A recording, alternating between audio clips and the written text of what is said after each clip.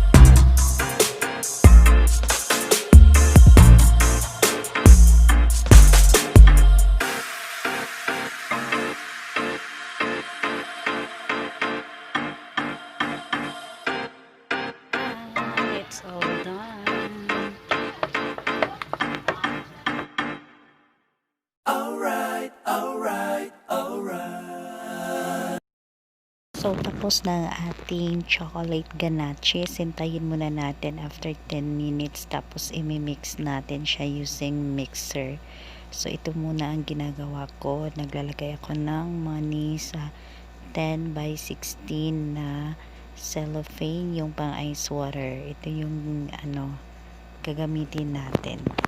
Pag wala kayong sealer sa bahay, you can use Scotch tape para to attach them.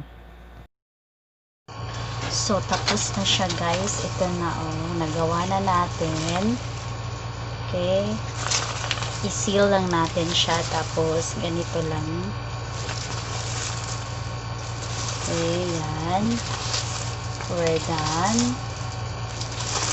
Okay, done na. Ang gagawin natin is ganun lang natin siya. Roll. I-roll lang natin. Okay, hanggang matapos. Roll lang natin siya.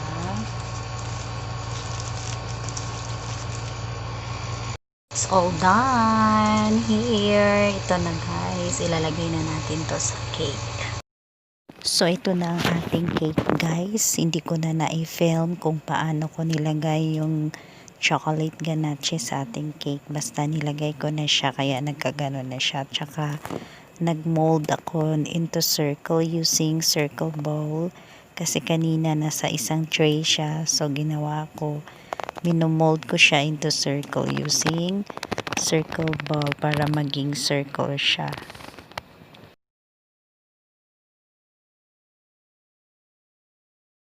Just use Scotch tape to attach into the stick para madali siyang ma-pull.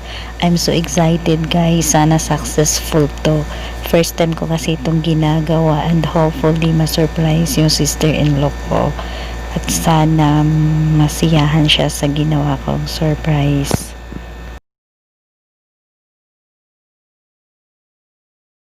So ito na ang finished product na ginagawa ko. Yehey!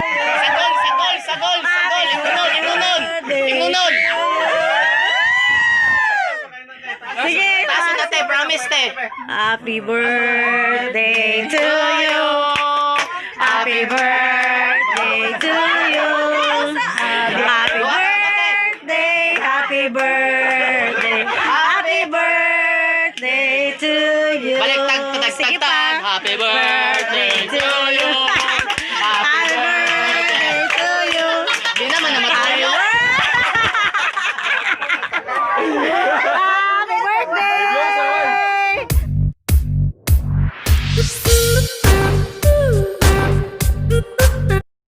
Don't forget to subscribe.